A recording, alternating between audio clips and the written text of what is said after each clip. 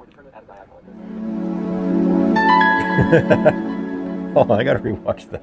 The only thing that makes sanding more horrible is when you don't really know how to do it properly. This is my process. I like to start at 80 grit, no matter how clean the wood is, and I work my way from 80 grit to 120 to 150 to 220. I don't finish my pieces at 220. I usually finish them at 150. I go up to 220 with my random orbit sander, and then I come back to 150 by hand. If you're gonna hand sand at all, I highly recommend you get one of these little doohickeys. It's a little hook and latch hand sanding block, and it just takes a little sanding disc. It hooks right on there.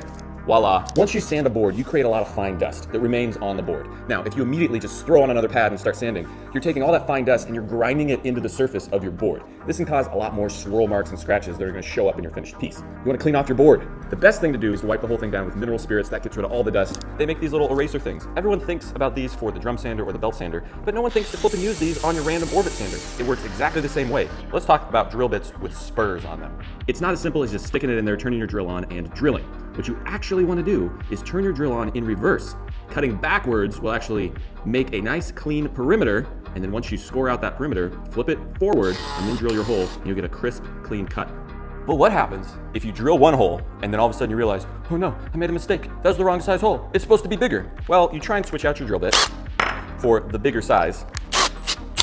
Now you've got no place to reference your drill bit to drill a perfect hole. So you can try and just stick it on there and eyeball it and force it, but since it's not starting on that brad tip, chances are it's gonna bounce all over the place and you're not gonna have a clean, crisp hole.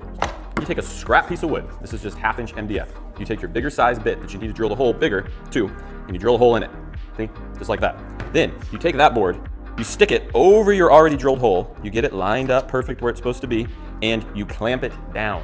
Then all you gotta do is insert your drill bit. This is gonna act as a guide now to keep your bit from bouncing all over the place, and you drill your hole like this. Let's talk about glue squeeze out. I get asked a lot, what do I do about glue squeeze out, specifically in tight corners where sanding is gonna be a pain in the butt. What I like to do is just leave the glue alone, let it harden up, do its thing, and after it's hard and dry, I'll come back and I'll clean it up with a chisel. Finding the center of a board, for some reason, is still a problem that we're talking about in 2020.